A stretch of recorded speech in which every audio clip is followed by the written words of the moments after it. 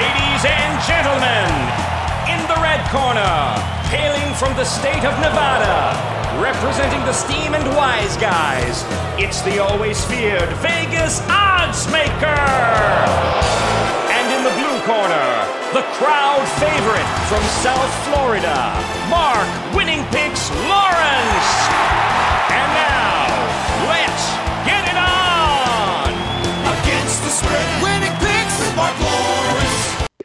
Hi, everybody. Marc Lawrence once again, along with Victor King, and we're all set to go against the spread on this week's college and pro football cards as we cross over Christmas and get closer and closer to New Year's and all the college football bowl games with the NFL playoffs on deck. And with that, I want to welcome in our co-host Victor King from King Creole Sports. Victor, first of all, I want to wish you and your family, Sandy, everybody, a very Merry Christmas. And I hope Santa is good to you during the Christmas holiday and this football season. Thank you very much, Mark. Right back to you and to Colleen and, of course, to everybody in our Playbook staff, not to mention all of our podcast listeners and podcast viewers as well. Real good. It's that time of the year, and with that, we talk about the college football bowl games. They're underway right now. I got to say, my first impression is these early bowl games are not all that impressive as far as matchups are concerned, and I don't feel bad for having missed a few of them. They just weren't appealing enough, but nonetheless, there have been some results that we can talk about here. And the first thing that I didn't notice, Victor, before I turn it over to you, is how good the Dogs have done, especially when playing off a win so far in the bowl games. There have been 5 of them at the time we do this podcast, and all 5 have won the money. Bulldogs off a win, 5-0 off the start this bowl season. Coming up this week will be the Air Force, Missouri, UL Lafayette, Middle Tennessee State, and New Mexico State. Those are the other teams coming up within the next week. That will be Dogs coming off wins. There are, by the way, for our listeners and viewers out there, 13 more such teams that check the box for this particular angle that's working pretty well in the bowl games right now. You can find out who those teams are in the bowl guide. And one quick note here, Victor, favorites of less than 5 points in bowl games are just 1-5 to the spread so far, 0-5 when they're off a win. So those are the trendy kind of things that I saw. Let our listeners know what you picked up so far on the college football bowl games, if you will. Well, first off, Mark, everybody can get their bowl report. It is still available. We're only 11 bowl games into it, so it's definitely required reading and available at the playbooksports.com website. As I just said, there's been 11 games up until 9 now as we record the podcast here on a Wednesday afternoon. Dogs have gone 6-5 ATS overall. A nice little caveat that you already dug up in the fact that the Bulldogs, when playing off a loss, already a perfect 5-0 against the spread. Nicely done there. And in terms we'll make that off a win, Victor. Those Bulldogs off a win. Off a win. Thank you. Thank you very much for that, Mark. In terms of the totals, that's kind of our niche. And through the first 11 bowl games, it's been all about the under. Only 3 games have gone over. 8 of the 11 games have gone under the total. It has been pretty low scoring thus far. The only bowl overs thus far, Rice and Southern Miss in the Lending Tree Bowl. They went over the total by more than 2 touchdowns in their particular game. The game that was played was at Monday night, the Idaho Potato Bowl, Eastern Michigan and San Jose State. That game went over the total by 2 touchdowns as well. And the third game that went over was the game that we covered last week on the podcast, the Frisco Bowl out of Texas. I think we hit both sides of that game, Mark, with North Texas covering the spread against Boise State. And thanks to a really, really high-scoring second half, we somehow hit the over in that game. Final score 35-32. Both teams combined for 51 points in the second half to propel that one over the total. Yeah, we checked both of those boxes in that bowl game, Victor, here. And we're going to do a pretty popular bowl game for our college bowl game of the week when we get to that segment. So we want our listeners to stay tuned. We got some pretty nice stats and facts you'll want to mark down and note because it'll be a pretty popularly watched bowl game, I should say. Let's go over to the NFL side of things, Victor, and take a look at what happened last weekend. I don't remember. Maybe I'm wrong. Maybe my memory's getting short, which is probably more likely the latter.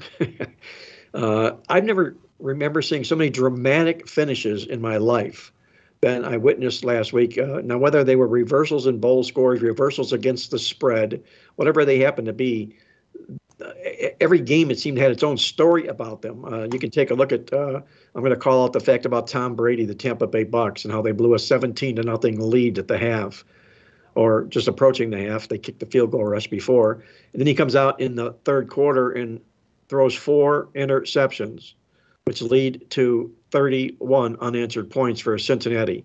Just mind-boggling to me, just mind-boggling. And only because we had Tampa Bay in the game, and I'm probably a little bit resentful about all that, is the fact that it just convinced me that Tom Brady's better days are now officially in the rear-view mirror.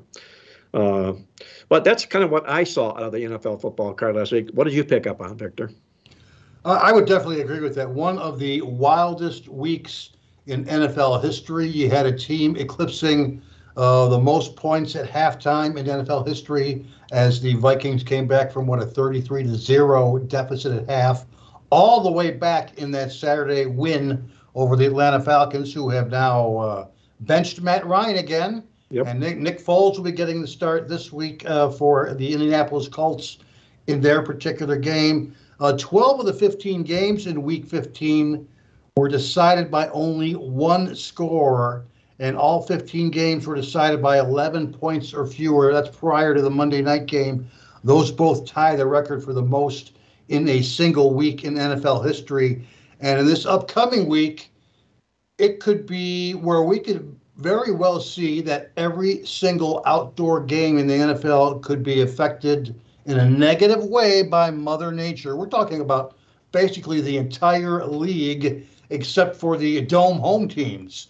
They're calling it a bomb cyclone out there, the people at the Weather Channel. And again, we already know it's going to disrupt holiday travel big time, not to mention the NFL outdoor games across most of the lower 48 states. Just a couple of games you're going to want to pay attention to because the lines have moved so much. First off, you got to talk about the Browns-Saints game. It bottomed out at 31 points. That's an over-under line in the NFL. Are you kidding me? We're talking Army-Navy numbers here. We're talking the military schools playing each other. Now, with that said, the line has come up in the last 24 hours to a 32. There's even a couple of 32 and a halves. Heck, it's still a low over-under line, but that's a game where you should perhaps pass if you're thinking of playing the over, or maybe even consider going the other way. But Saints-Browns looks like wind chills in the negative degrees, wind gusts anywhere from 40, 50, 60 miles an hour. The Bills-Bears game could very well have a very nasty conditions there in the Windy City. Even some of the games played in the southern half of the country, the game in Tennessee, the game in Carolina, not to mention the games in the Northeast, could all be impacted. But again, it is a big-time bomb cyclone, they are calling it. Again, we're hoping that all of our podcast listeners are careful, particularly if you're traveling this weekend. But there could be a lot of snow on the ground as we watch the games on Saturday and Sunday. Well, Victor, you did a great job in the totals tip sheet this week, outlining those games in particular that you're talking about and what some of those projected temperatures and wind chill factors are expected to be in those games. If you haven't seen a copy of the totals tip sheet, I advise you to download a copy now. Not only did the totals tip sheet come off a nice week again last week, you can get privy to all those information on these cold, frigid bowl games. And one other note in passing while we're on that subject, Victor, I noticed that there are 6 games that are being played this week in the National Football League involving dome teams that are going to be in frigid weather sites. Frigid weather sites with dome teams. That's not a good mix, okay? You might want to check those out this particular week. You know, one of them obviously being New Orleans at the Browns, you know, which is obviously the game we're talking about. But check that out. Be aware of that. 6 dome teams playing outdoors in frigid temperatures, even including Carolina, Nashville, where it's going to be below freezing in that football game as well. So check that out. On a quick note here, Victor, let's get into what we like to talk about from our good friend Steve Crabb, the Texas Tornado, about the league's most embarrassed team in the National Football League last week. And, there were probably a few teams that could well have been nominated for that honor, but how could you not nominate the Indianapolis Colts after that complete collapse that they had against the Minnesota Vikings? Unbelievable. The Texas Tornado nominates the Colts. I have to agree. Victor, what's your thought on that subject? You could easily throw the Colts in there. You touched on the Tampa Bay Buccaneers at the top of the show. For those of you who had Tampa Bay in that particular game, you pretty much got screwed. I was on the under in that game. Those guys also kind of got screwed. Yep. With Tom Brady turning the ball over with regularity in the third quarter of that game, creating multiple short fields for the Cincinnati offense. It was 1, 2, 3. Cincinnati scored 31 points in the second half of that game, 4 touchdowns, 1 field goal. All the points in the second half came on short fields, thanks to Mr. Brady either fumbling the ball or his teammate fumbling the ball or him throwing an interception. Tampa definitely is one of those teams that you could put out there in terms of embarrassment, along with the Arizona Cardinals, who are down to their third string quarterback and scored only 15 points in their loss, 24-15 against Denver. So I would agree with you in regards to the Colts. You could also put the Buccaneers in there, Mark. You could also put the Arizona Cardinals in there as well. I do have the dog numbers from last week. We may as well run through those real quick, Mark. A good week for the underdogs. 9-6-1 ATS for the dogs last week. One of those dogs was Mark Lawrence's 5-star game of the month in the NFL. The Chicago Bears, they got a touchdown or more at home against the Philadelphia Eagles. Nicely done. I'm sure Mark was sweating a little bit when Philadelphia went up by double digits in that game. But the Bears came back with a fourth quarter backdoor touchdown to get the cover in that game. Again, nicely done. Another one of many best bet winners for Mark's service over the last now 7 weeks in both college football and in the NFL. So again, last week, dogs 9-6-1 on the year in the NFL, 118-97-8 ATS. I've got 2 really good systems that you may want to take a look at this particular week. Divisional home dogs playing off a loss have gone 15-3 ATS on the year. Very solid 80%. And that applies this week to the Houston Texans, who are on the road against a suddenly reeling Tennessee Titans team. And then the best situation for road dogs this year. Here's a good one, 22-9 ATS. For any road dog who's playing with revenge versus an opponent coming in off a loss, that applies to 3 dogs this particular week. The Thursday dog, that's the Jacksonville Jaguars. Once again, the Houston Texans qualify in that system as well, and the Atlanta Falcons this week as they are on the road as well. Those are the 3 dogs in that 22 and ATS situation. In terms of over-unders, 8 overs, 8 unders. We're still on a low scoring pace. We're only at 44.2 points per game on the season. Yeah, we had a couple of shootouts last week, but 7 games had 40 or less points as well to kind of balance out those particular numbers, Mark. Well, Victor, you mentioned the Houston Texans. You mentioned the Tennessee Titans. And I'm mentioning this because in our newsletter this week, I wrote a Bet You Didn't Know column, and it was called Dead Man Walking, one of my favorite artist Bruce Springsteen songs. And there are 2 qualifying plays in this Dead Man Walking card this particular weekend. It plays against the Jets and it plays against Tennessee. And there are also, out of my database, the well-oiled machine, a lot of other angles that play against Tennessee. The reason I'm bringing this up here is what we're seeing in Tennessee here, Victor, is a team that doesn't deserve to be in the playoffs. We've talked a lot about them all season long. They've hung around in the playoff picture, if you will, despite the fact that they didn't earn their status. And right now, with what you mentioned, I wrote up in the newsletter about Tennessee being a dead man walking team, you might want to take a look at those Houston Texans this particular week. And speaking about the playoffs, Victor, here's an update on the playoff picture going into this weekend. The number 1 seeds stay the same, the Buffalo Bills and the Philadelphia Eagles. Number 2 seeds stay the same, Kansas City and Minnesota. I still can't believe how Minnesota is a number 2 seed for the way they're playing, but nonetheless, they are. All 4 of those teams have clinched a playoff berth. And by the way, Victor, you also mentioned about the close call games in the National Football League last week.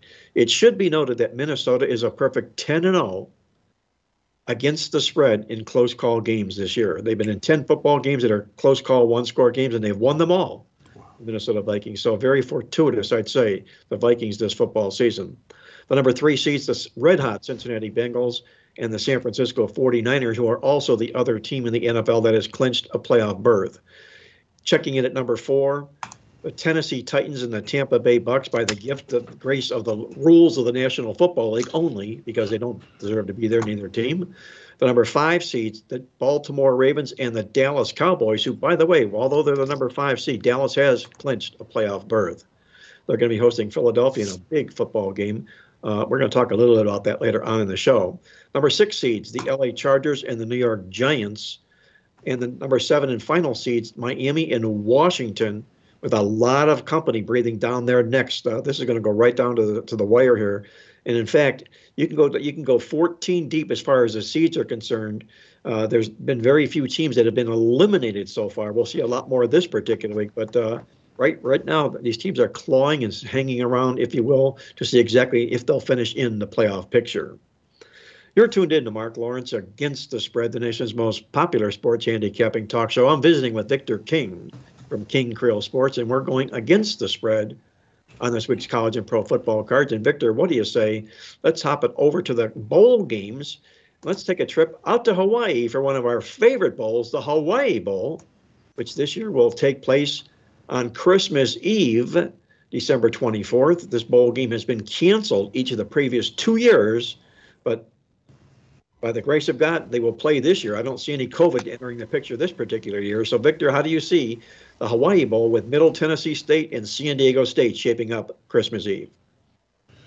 Right. You're absolutely right about that. The last 2 editions have been canceled thanks to COVID. So we are definitely saying this week, welcome back to the Big Island for Christmas Eve. And, of course, Mark, to our Hawaii podcast listeners, we also say Mele Kalikimaka.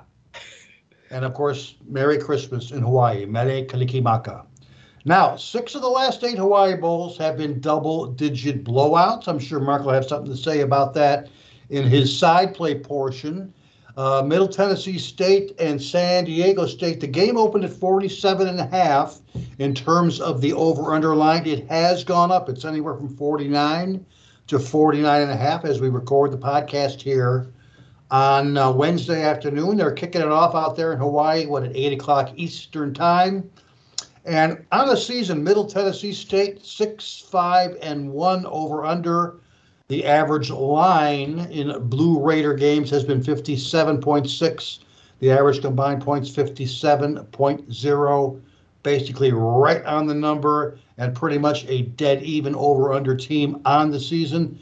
San Diego State, it is no surprise. They've had more unders than overs. It's been like that now. We're going on 6-7 years in a row. 5 overs, 7 unders on the season for the Aztecs. Average line significantly lower than their counterparts, only 43.7 on the season, and average combined points in San Diego State games, only 41.5. Now, it's been a weird year for the Aztecs. The opening of their brand new, shiny, awesome Snapdragon Stadium was pretty much a total flop way back in September when they lost to Arizona 38-20 to kick off an ugly run of offense for them in a kind of rocky 2-3 start. They then switched offensive coordinators, and then former Mississippi State quarterback Jalen Maiden took over under center. And you probably don't remember, but he was a 4th-string quarterback way back in the summer for the Aztecs. And things improved. Things did click a little bit on offense. They were averaging 19 points per game, and they improved to 23 under their new quarterback. Now, on defense, this is a team that didn't quite dominate like they did last year, but still, they only allowed 20.2 points per game on the season, one of only 20 college football programs to do so. On the flip side, The Blue Raiders had a rough start. Also, they went 3-4 to start the season, but they closed out things with wins in each of their last 3 games. Yes, Chase Cunningham is a decent quarterback. 19-9 is his TD and interception ratio on the year. But with that said, there are still 74 other starting quarterbacks in college football that are ranked higher than Cunningham in total QBR. So he's not definitely one of those stud quarterbacks that an over-better would look to ride. And by far, this is the best defense that Middle Tennessee State has faced all season long. In their 2 conference games against good defenses, that would be UAB and Western Kentucky, the Blue Raiders only scored 31 total points. That's an average of 15.5 points per game. And Mark, sealing the deal for me is something that I read from the Playbook 2022 College Bowl Guide. And that is both of these teams. Somebody mentioned it in the write-up. It's probably this guy over here. You think so? But these 2 teams are fantastic. Middle Tennessee State ranked number 2 in the country in red zone defense, while San Diego State ranked number 4. And basically for over-under bettors, what does that possibly mean? It means potentially more field goals and less touchdowns. And that's what under bettors prefer, obviously. You know, on a side note, San Diego State is notorious for a slow-paced offense. They won one of the slowest tempos in all of college football. In fact, 6th slowest in offensive plays per game. Only 62 offensive plays per game. The average in college football is somewhere around 78 to 80 offensive plays per game. So with that said, Mark, I think a small wager is in order on the under in this particular game, but only if we can capitalize and get a line of 49 or more points. That's the way we'll be looking under the total. And again, to all of our Hawaii podcast listeners, mele kalikimaka. Well, thank you very much, Victor. Good overview on what to expect from an over-underscoring aspect in the football game. He's going under the total with the San Diego State Sloths in the football game. Slow offense, slow moving. I like it. And Middle Tennessee State. I was going to call out the fact that these are number 2 and number 4 red zone defensive football teams. Good job by Victor there. As you know, Rick Stockstill has been one of my favorite coaches in all of college football for the longest of times. Even when he had his son as the quarterback, he still won football games. It's because they pay attention and they come to work. They're blue-collar type football team, and they come in every game they play. Victor mentioned they closed out 3-0 to earn this bowl bid, and I'm sure he's going to remind them that they did just that. They earned this bid, and they belong here. Stockstill in his career, when he takes on an opponent that's off a loss, he's 14-5-1 against the spread. He takes advantage of that particular role. San Diego State checks in here with the number 117th ranked offense. In fact, they're averaging only 272 yards a game against fellow bowl teams this year. There's nothing that's going to wake up this San Diego State offense anytime soon, I can assure you that. San Diego State, in games against teams out of the Sun Belt Conference, they played 5 of them. In my database going all the way back, they're 1-4 straight up and 0-5 against the spread. And Victor mentioned about the Hawaii Bowl favorites where there have been some big blowout margins, but you take a look at the favorites in the Hawaii Bowl, they're just 6-12 to the spread overall the last 18 games. 1-7 the last 8 games are favorites in Hawaii Bowls. What I like particularly in this game is you got a Mountain West Conference bowler taking on a Sun Belt Conference team. Those bowlers are 4-8 against the spread. That works in this particular game. But more importantly, Middle Tennessee State fits the bill of what we talked about in the opening of the show. They're a dog off a loss, and in that role themselves this year, what were they? A perfect 5-0 to the spread. Pretty nice, Middle Tennessee State. We'll take them plus the points against San Diego State in the Hawaii Bowl on Christmas Eve.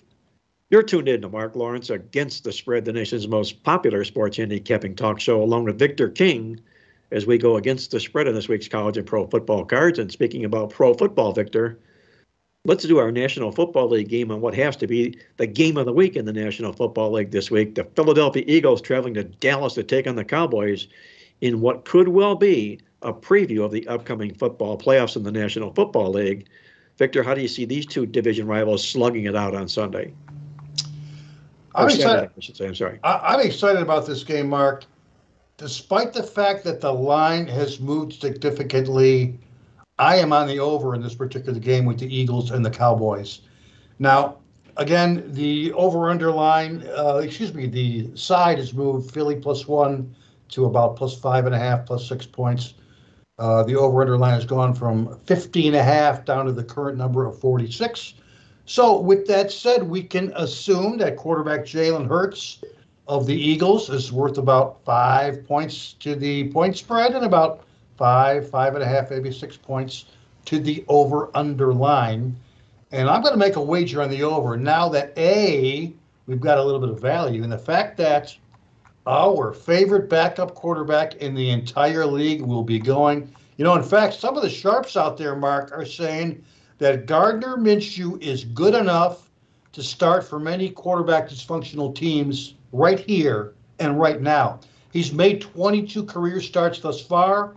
And, of course, our boy Uncle Rico has a lifetime TD to interception ratio of 41 touchdown passes and only 12 interceptions. He made 2 starts for Philadelphia last season. Both games went over the total with an average of 64.0 combined points per game. That includes the very last game of the season when they rested Jalen Hurts, and Dallas beat Philadelphia with Gardner Minshew by a final score of 51-26. So with Minshew, I'm not worried about Philadelphia getting to the 23, 24 point or higher mark that could potentially propel this game to a W for us over bettors.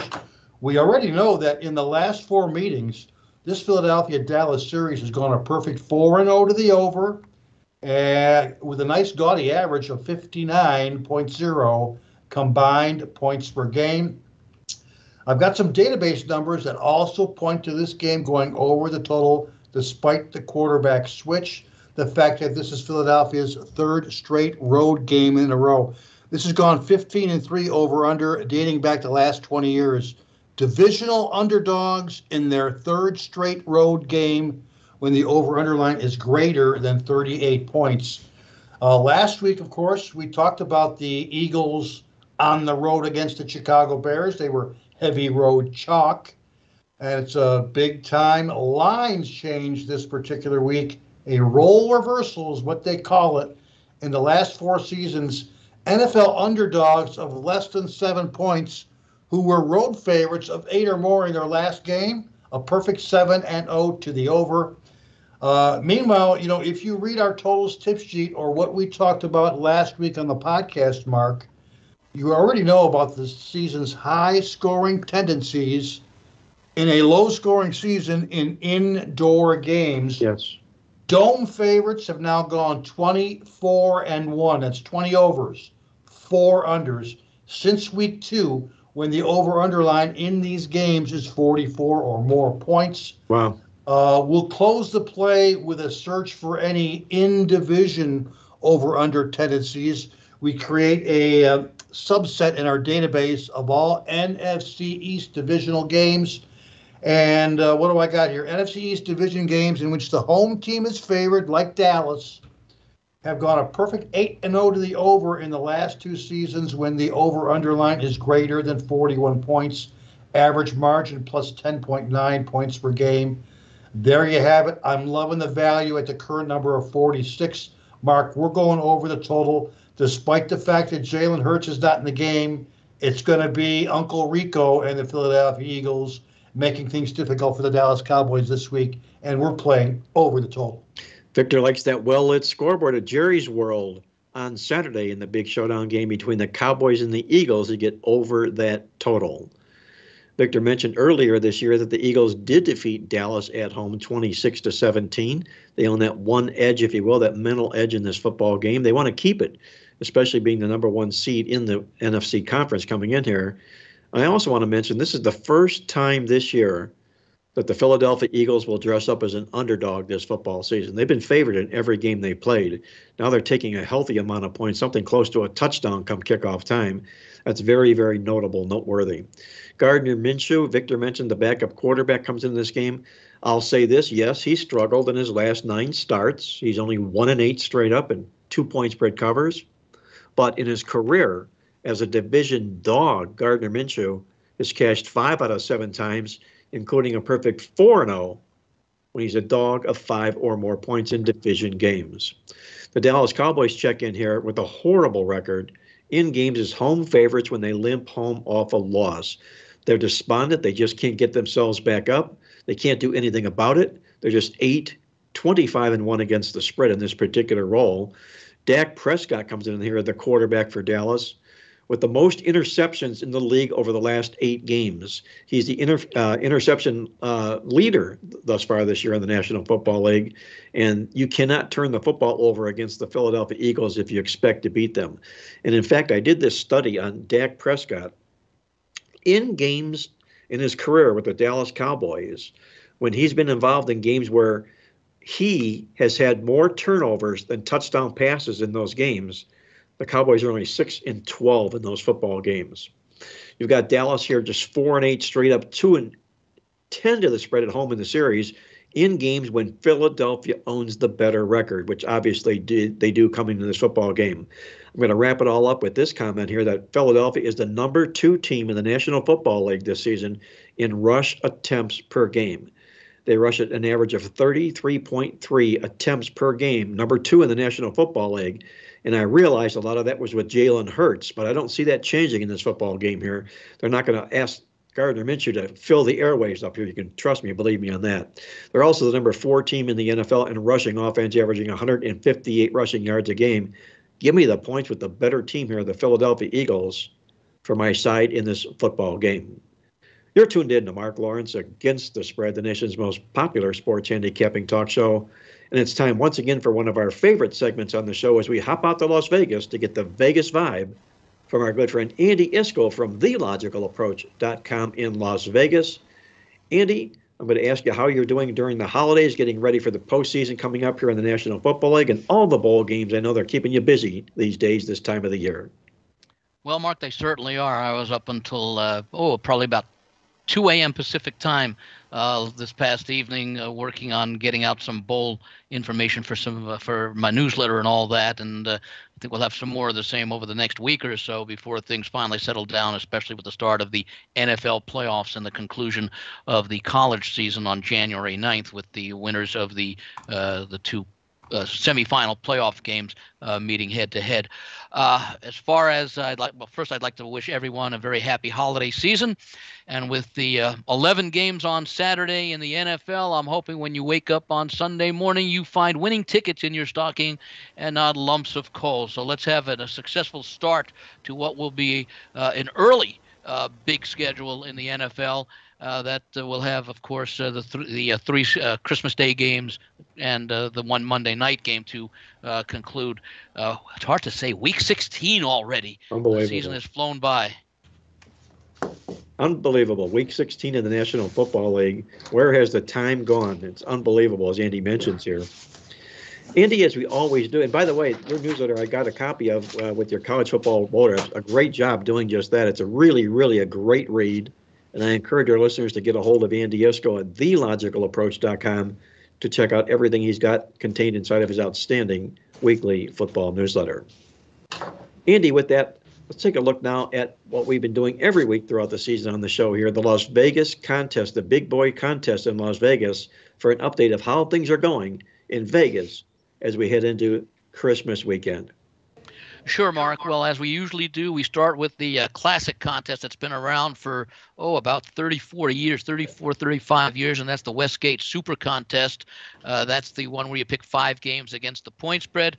And through the first 14 weeks of the season, the consensus was barely profitable, 37, 32, and 1 if you had followed the top 5 selections of the consensus of this year, slightly under 1,600 entries. This past week, however, was a very successful week for the players as the consensus selections went 4-1, including winners in the top 4 selections, which were the Bengals, the Lions, the Jaguars, and the Raiders. And actually, the fifth selection, which was the lone loser, was the opponent of one of the top 5 selections, the New York Jets, who in the contest, it was a pick-'em game.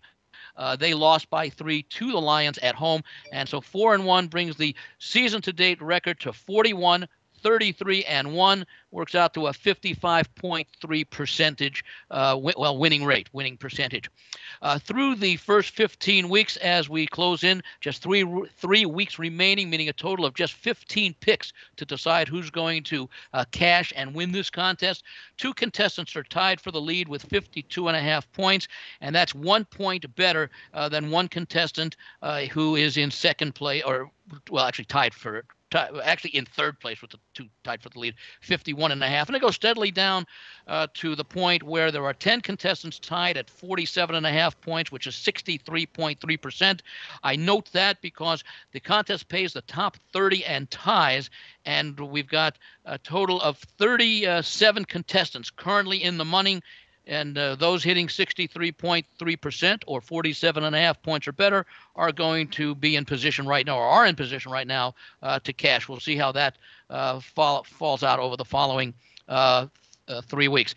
The Westgate Super Contest Gold, that's the $5,000 winner-take-all contest. We've been monitoring the leaderboard all season, and it's getting into a bit of a tight contest, but the one contestant through 15 weeks, and it follows the identical format using the identical lines with the Super Contest Classic, 51.5 out of a possible 75 points. That's 68.7%.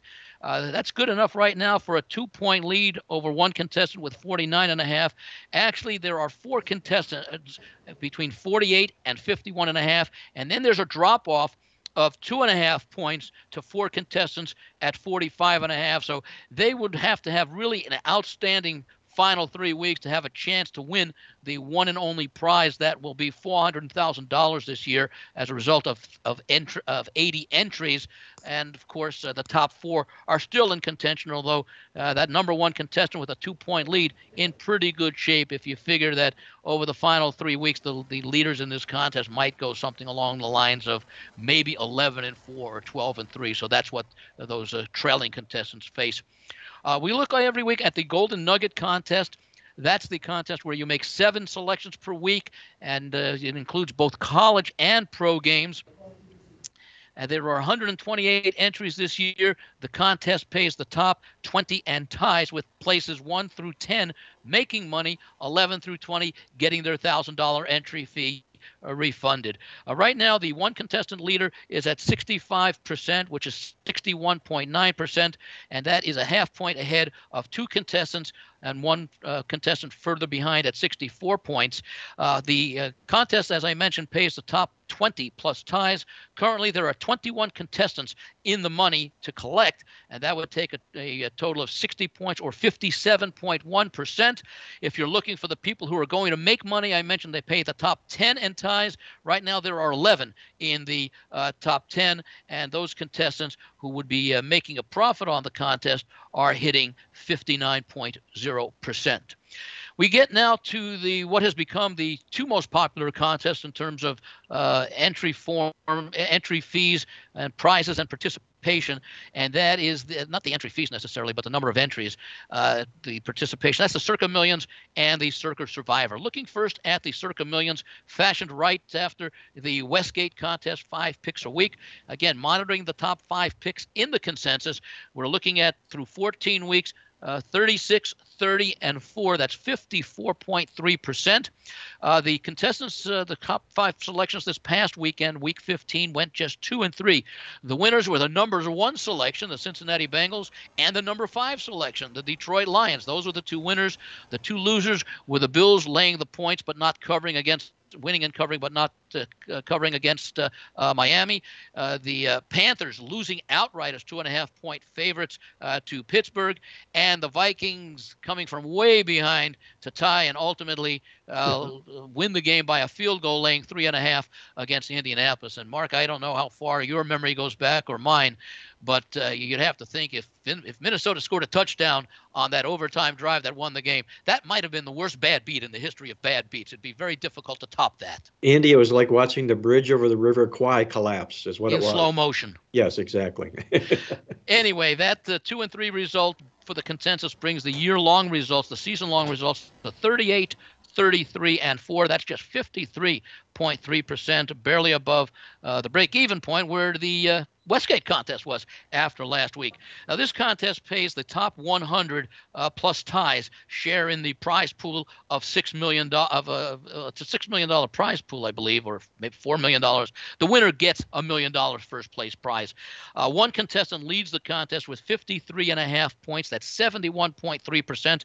The only contestant hitting above 70% in this field of just under 4,700 entries. That's good for a 1.5 point lead over three contestants who are tied at 52 points, or 69.3%. For the entire contest, 62.7%, or 129 entries, are currently in the position to cash. However, I will mention that of the 31 contestants who are tied with 129 entries, that means if this were the end of the contest, those 31 contestants would be splitting the prize money only for the places 99 and 100, the final two paying places. And now the contest that has really attached worldwide attention continues to grow each year, and that's the Circle Survivor. That's a $1,000 entry fee. You pick a team to win straight up. As long as your team wins straight up, you advance to the next week. If your team loses or ties, it is eliminated. And over the course of the contest, you are only allowed to pick a team once. The contest is a 20-week contest because they split Thanksgiving weekend into two contests, and they do the same this weekend with Christmas week. Last week, heading into last week, there were 30 contestants alive out of the 6,133 entrants, or slightly under 0.5% of the original field. There were 6 teams that were selected. The Vikings, Packers, Saints, Chiefs, and Browns all won. I'm not going to mention those totals, those selections yet, because the number one pick, the Washington Commanders, by losing to the Giants, eliminated more than half of the remaining field. 16 contestants went down with Washington on Sunday night, and that means that 16 were eliminated, 14 advance and remain alive, entering the first part of the Christmas week contest. And for the record, as I think it shows on the screen, the Vikings and Packers each had 4 selectors. The Saints had 3, the Chiefs had 2, and the Cleveland Browns had 1 of the 14 entries that were successful and remain alive. So 99.77% of the field has been eliminated, 0.23 of the field, those 14 entries, just alive, with 4 contest weeks remaining in the final 3 weeks of the season. Andy Iskoe with an update of the contest in Las Vegas as we get closer and closer to the finish line heading into this Christmas weekend. And Andy, if you would, I know our listeners would also love to know the advanced lines that are emanating out of Las Vegas this weekend, some of the lines that we should be paying attention to this week that were opened up earlier on last week and even at the beginning of the football season. Yeah, I'll mention a few of the changes again because it shows how much the performance of these teams through the first 15 weeks of the season, actually through the first 14 weeks, have changed between the over the summer lines and the lines right following week 14's games that were posted for betting action 2 days later on Tuesday after the week 14, but before the week 15 games were played. For example, the Baltimore Ravens over the summer were 9.5-point home favorites over Atlanta. When the game was reposted, it went over the key number of 7 and also the occurring number of 8. Baltimore opened a 6.5-point home favorite. When the lines were reposted on Sunday night, it was 7. Lines currently at 7.5. A switch of favorites, Carolina over the summer was a 3.5 home favorite against the Detroit Lions. But when the advanced 10-day line came out, the Lions were 2.5-point road favorites. After Sunday's actions, they opened as a 3-point road favorite at Carolina, currently 2.5. Buffalo, this is just because of what we thought of Buffalo, and maybe it says a lot about what we thought of Chicago at the start of the season. Buffalo, a 7.5-point road favorite before the start of the season. Actually, it seemed quite low because Buffalo was expected to be a behemoth throughout the season, and Chicago not expected to do all that well. And indeed, the Bears have been competitive, but it's not showing up in the win-loss column. Nonetheless, the 10-day advance line had the Bills favored by 10. The reposted line on Sunday evening was 9. They've actually been bet down to 8.5. The New England Patriots were 2.5-point home favorites over the Cincinnati Bengals, the defending AFC champions, over the summer. And as a result of the performance of both teams, the advance line opened, was reposted, and remains with Cincinnati a 3-point road favorite. The Las Vegas Raiders were 1-point summertime favorites at Pittsburgh when the line was opened 10 days in advance. The Steelers were 1.5-point home favorites, reposted at 2.5, where it still remains. Another game that was expected to be very competitive: Green Bay at Miami. The Packers were 2.5-point favorites on the road over the summer. When the 10-day advance line came out, the Dolphins were 3.5-point home favorites, reposted at 4.5 after the Packers after Miami played their games. They opened as a 6-point favorite and then down to 4-point home favorite. Rams, 3.5-point home favorites before the season. Looks really weird right now because the Rams were the defending Super Bowl champions. Denver was expected to be a very strong team. That's why the low line, yet that line turned out to be a high line because the 10-day advance line was a pick'em. After Sunday's action, the game was reposted with Denver a 1-point favorite. After the Rams played, it was a pick'em game, and then up to 2.5 now, with Denver being the favorite. And finally, for the summertime lines, the Colts were 2.5-point home favorites over the summer against the L.A. Chargers. The advance line, 2.5 10 days ago. Opened Sunday night at 3. They've been bet up to 4.5-point road favorites. I don't know if Victor talked about the significant movements just since the advance line came out with the totals. Now, I'm not talking now necessarily about the summertime lines, but I'm talking about the 10-day advance line. We've seen significant moves, a 4.5-point move down in the Baltimore-Atlanta game. We've seen a 5-point downward move in the Chicago-Buffalo game. We've seen a 5.5-point move down in the Saints-Browns game. Opened 38 10 days ago, got as low as 31.5, currently 32.5. We saw a move in the Giants game from 45.5 up to 48 in their game at Minnesota. We saw the Texans against at Tennessee go from 41 down to 36. We saw the Cowboys, and then that's the interesting game where I'll talk about the line move itself. Actually, let me mention Tennessee because this one just happened earlier today. The advanced line was 8. The reposted line Sunday was 7.5. Tennessee now down to a 4-point home favorite against the Houston Texans. The Cowboys' advanced line was 2. It then opened Sunday night 1.5. Then the news came out about Jalen Hurts being injured and probably at the time missing the game. So the line was reposted at 5.5. It actually went up as high as 6, and I even saw a 6.5 line out there.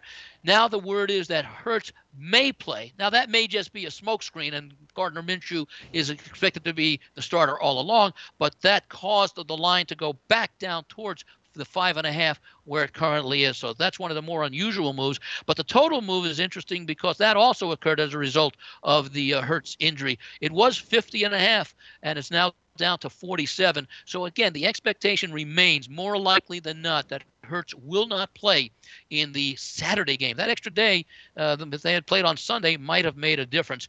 The Green Bay game has gone up in 3 points from 46.5 to 49.5. Again, warm weather climate. Most of these lines going down are due to the very low temperatures, wind conditions in the outdoor stadiums in the Northeast to Midwest. Finally, the Rams game, 35.5, one of the lower totals based upon the performance of the teams, not weather related. That was the 10-day advance line. It opened at 35.5. It actually has ticked up a point to 36.5, and I'm wondering if a special rule may have been instituted for this game, and that is the offense will be 12 against 11 to get some additional scoring. Andy Iskoe with an update on those early advance lines in Las Vegas, hectic movements with all the weather taking place across the country, especially those cold weather games that we talked about a bit early on in the show this week. And Andy, before we let you get out of here, I know our listeners would love to know what you've got on tap for your complimentary play this week as well. Well, there were a number of games I was considering, and the one that I'm going to use is one that I did like earlier, but now I like even more. And unfortunately, it involves the untimely and very tragic passing of Franco Harris, one of the arguably the best Pittsburgh Steeler player in the dynasty of the Steelers and possibly in the entire history of the franchise. A tremendous football player, but even a better person. Beloved in the community. He remained after his days as a Steeler in Pittsburgh. Of course, he went to Penn State, played under Joe Paterno in that great backfield with Lydell Mitchell. Don't remember if Ted Kwolek was on that team, but I think he was. He may have been for one of the years before he graduated and went into the NFL.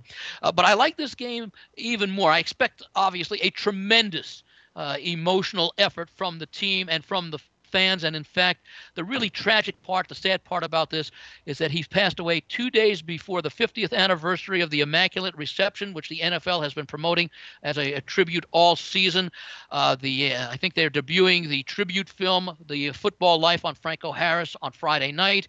And Franco's number is going to be retired, was planned on being retired, and he was just excited about that back in September when it was announced. But I like this game for a number of fundamental reasons. Number one, you can't trust the Raiders if they get a lead. In fact, the way they lost last game is the way they won last game with the pickoff of the fumble by Chandler Jones, who I think may have been invisible since he was in the middle of the logo of the Raiders logo, and blended nicely with the silver and black uniform into the silver and black logo.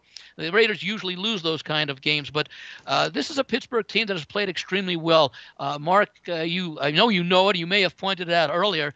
Pittsburgh has won the stats in each of its last 4 games and in 5 of its last 6, and it's largely been due to what historically has been their strength, and that's their defense, allowing roughly 300 yards in those games and occasionally lower than that. So from a fundamental standpoint, I like the way the Steelers are playing down the stretch, as they still have an opportunity to make the playoffs. And also at 6-8, they are looking to avoid Coach Mike Tomlin's first non-winning record in his 15, 16 years as head coach of the Steelers. Now, they do have some winnable games, but they're tough games on deck. This is a game that I think is winnable for them. You add the intangibles in there. I haven't seen any movement in the line in the few hours since the announcement of Franco's passing has come out. So it's still available at 2.5 in most places. I've even seen some 2s with some heavy vig there. So I anticipate that this line may go up. So right now, as we do this podcast, and probably, hopefully, for at least a few hours thereafter, 2.5 will still be available. You might want to buy it down to 2.5, but I'm expecting a very good effort from Pittsburgh on both sides of the football. Pickett is expected to play, which is an upgrade over Trubisky, notwithstanding the fact that Pickett is a rookie. And again, it's a sad situation. It's an unfortunate situation that has caused me to like this game even more. But as I said, fundamentally, this was a game that I liked even before the news of earlier today.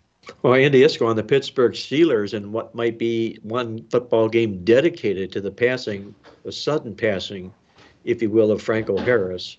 You know, these football players will be dedicating that game to him. And I was going to ask you, Andy, but I don't need to ask you. You almost answered the question with your commentary on the game about whether or not when players or coaches pass away, do the teams dedicate the game to that individual, or is it more of a Grim Reaper type atmosphere lurking above where the players cannot concentrate on the game at hand because of the situation? But well, often it does. But let's compare this to the situation with the passing of Mike Leach of Mississippi State, formerly Washington State. In fact, I had heard, and I'm not sure what the story is, that Gardner Minshew might be attending the memorial service. I'm not sure when that is, but of course he played under Leach at Washington State. But the initial shock will have worn off by the time that Mississippi State plays their bowl game, which suggests that rather than still be in shock and hanging their heads and we don't want to play this game, they will be very revved up. I liked Illinois in the game initially based on the fundamental matchups.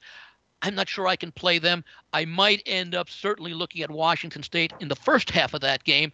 And I think that even though this is so close to the game time, there's still 48 hours before kickoff.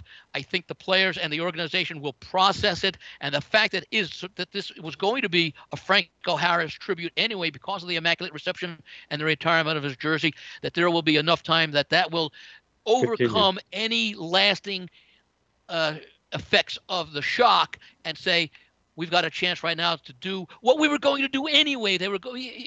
Frank was going to be there, of course, and they were going to dedicate the game to him. I think that the emotion will be even that much stronger. It would have been a lot different if the situation occurred on the morning of the game where the shock would not have worn off. I'm sure everybody is grieving today and in shock. They'll process it. They'll get together as a meeting. They'll be calm in their meetings on Friday. And then I think by the time Saturday comes around, we will get the effort. And I think it's going to be important, not just to the players on the field, but all the former Steelers who will be in attendance as well. I concur 100%, Andy. I like the selection, and I like the rationale, and I like the reasoning behind the passing of Franco Harris. I think you'll see a big inspired effort by the Pittsburgh And again, Steelers you still have the fundamentals as well. on top of it as well to boot. Right, exactly. Andy Iskoe on the Pittsburgh Steelers for his complimentary call on the football card this week. Andy, I'm going to wish you the best of luck this particular weekend. Happy holidays to you and yours. Enjoy all the festivities, and we'll look forward to catching up with you next week here before we get into the New Year's Day card here on Mark Lawrence Against the Spread. Thanks, Mark, and I wish to you, Victor, all the viewers and listeners a very happy and healthy holiday season with great times as we enter this festive part of the year, exit the year itself with wishes which we'll repeat again next week for a happy, healthy, prosperous 2023. Be well, my friend. Thanks, Thank you Andy. so much.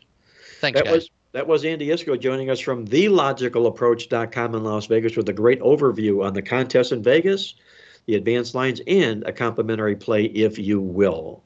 Before I get to my awesome angle on the show this week, my good friend Jim Feist, also from Las Vegas, has got a complimentary play that he wants to share with you. I hope you've enjoyed his hot hand on these complimentary video plays here on Mark Lawrence Against the Spread. You can tune in at playbooksports.com to check out all of Jim Feist's video selection free plays. Jim, take it away, if you will.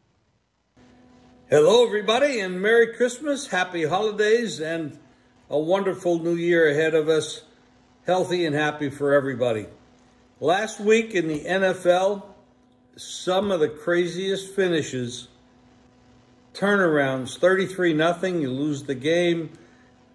Brady turns the ball over a ton of times in the second half. And then, of course, you had the Raiders and how they won. Everybody's talking about it. I'm not going to beat that up, but some crazy coaching. Belichick, man, I'll tell you, what he's doing in New England is absolutely amazing, and it's not good. This week, I got a free play in the NFL. The Saints, who are an indoor team, going to the Browns. Now, the Browns, we know that they have some weather issues at times, and, of course, it's a little early to know exactly what's going to happen on Sunday. But they're right on Lake Erie, and a lot of times it's windy, it's cold. And like I said, the Saints are an indoor team. They won last week, but they didn't look very impressive against their rookie quarterback. Watson is coming into shape. He's starting to get the rust off. The Browns with Chubb, they can run the ball. The Browns are the play here. I like the Browns. Now, when a game gets around 3.5, or whatever it is at the time kickoff, I like the money line here. I'm going to play Cleveland Browns on the money line to beat the Saints on Sunday morning. And again, Merry Christmas and Happy New Year. Thanks, Jim. Great information as always. And with that, let's move over to our awesome angle of the week on the football card this week. And this is one of my favorite angles, guys. I'm going to share it with you. I really kind of kept this under my belt for the longest of times, but I want to share it with our listeners and our viewers out there because it is one terrific angle. I call it the classic division sandwich. And what happens in a game like this is, first of all, you don't get too very many plays. It's in the National Football League. It involves teams that are coming off back-to-back division games, taking on a non-division opponent with back-to-back division games on deck, square right in the middle is this non-division opponent. The very best of all the workings of this classic division sandwich works this way. You play against them when they're playing a non-division opponent as a favorite. They're coming off these back-to-back division games with back-to-back division games up on deck next. And the over-under total in the game is 38 or fewer points. Just that simple. Since 1980, these classic division sandwich plays have gone 20-4 against the spread. That's an 83% winning angle. And with that, we'll fade the Baltimore Ravens again this week in our awesome angle classic division sandwich play on the football card in the NFL this weekend. And with that, let's hand it over to Victor King from King Creole Sports to find out what he's got on tap this week. And also, Victor, rumblings about Tuco cashing a nice ticket last week. Does Tuco have another play on tap this week? Mark, Tuco does indeed. We're going to hold off on that one for our totals tip sheet readers. Cool. And for our service, let's see here. We're at 67% in our college bowl totals thus far. We're pleased with that. We'll have action on Wednesday night and on Friday night in the college bowls. And in the NFL this week, we've got a totals triple play going on Saturday in which we're going to be going over the total in all three games. That, of course, will also be available at the playbooksports.com website. And we're going to give the ball to our other doggy this week, and that would be Monkey, also known as Isabella, off a winner last Thursday with Seattle and San Francisco under the total. This week's free play is going to be an under, and we're going to be hitting one of these nasty weather sites. This particular game is going to be in the Windy City with the Chicago Bears hosting the Buffalo Bills. The wind forecast anywhere from 20 to 35 miles per hour. The over-under line currently at 40.5. Let that be your target. We don't want to go any lower than that. 40 is a key number in the NFL. So make sure you can get your action in at that line of 40.5 points. Now, we could very well see a lot of rushing plays in this one as both the Bills and the Bears are ranked amongst the highest in the league this season. Chicago averaging 5.5 yards per rush. Buffalo also up there at 5.0 themselves. And we took this out of the rushing portion of our database. In the last 4 seasons, NFL games have gone 2-20 over-under. That's 2 overs, 20 unders when both teams average 4.9 or more yards per rush. That applies in this particular game, with Chicago, with the Buffalo Bills, a chalky non-conference road favorite this week. We have to mention this as well. AFC road favorites of less than 10 points have gone an amazing 2-26 over-under versus any NFC opponent. It's just basically AFC teams favored on the road by less than 10 points against any NFC opponent. And that's a fantastic number, 93% under the total. So we got Buffalo coming in with an 11-3 straight-up record. Chicago exactly opposite at 3-11. And here's another good one from the database, 5-23 over-under since 2014. Game 5 or greater than 750 favorites of less than 2 touchdowns, that's Buffalo, against any opponent with a winning percentage of less than 250, that is Chicago. And we also have, last week it was a 25-20 loss to the Philadelphia Eagles for the host Chicago Bears this week. Again, we'll wrap it up with this, 1-9-1 over-under last 2 seasons. Any NFL team off a home loss to the Philadelphia Eagles in their last game. Wrapping it up, Mark, you know, the Buffalo Bills have played 7 road games this season. Guess what?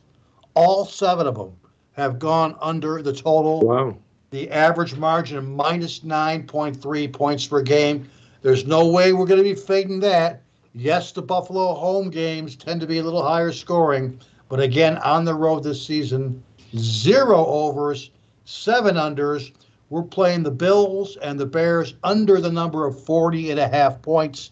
Mark, don't forget, we've got the bowl guide still available. We got this week's Playbook newsletter available, this week's midweek alert still available, and don't forget the totals tip sheet as well. And don't forget our triple play of totals on Saturday in the NFL.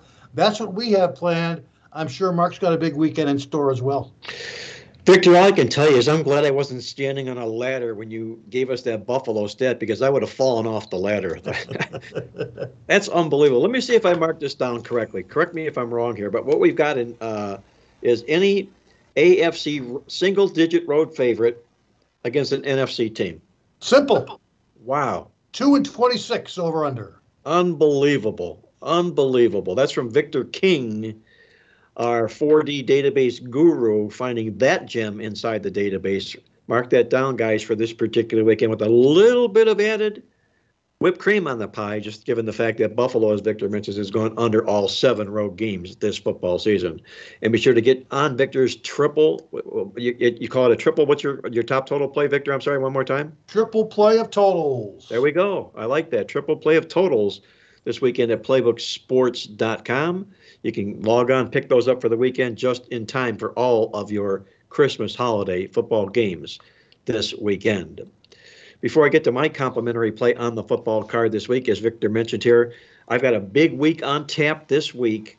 It's a 5-star college bowl game of the month, week of winners. And what it includes, guys, is this. It's every college football bowl release I make starting this Saturday through Thursday, including our 5-star bowl game of the month, all of our other college bowl game selections, and our NFL plays for just $99 complete.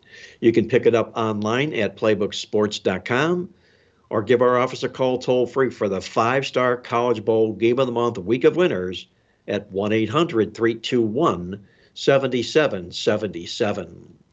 And before I get to my complimentary play, our good friends at mybookie.ag are once again offering our listeners a double first-time deposit bonus. All you need to do to take advantage of this outstanding offer is log on at mybookie.ag, enter the promo code Playbook, and you'll become a double your first-time bonus customer at mybookie.ag. Just like that, it's just as simple. With that, let's get to my complimentary play on the football card this week, and we're going to look at the Monday night football game when the Indianapolis Colts play host to the LA Chargers in this contest, and we're going to go right on back onto the most embarrassed team. We talked about it at the beginning of the show, the Indianapolis Colts, who come off that red-faced loss, if you will, to the Minnesota Vikings. First of all, they're making a quarterback change in this football game here. Victor mentioned it earlier. Nick Foles is behind center here for the Colts.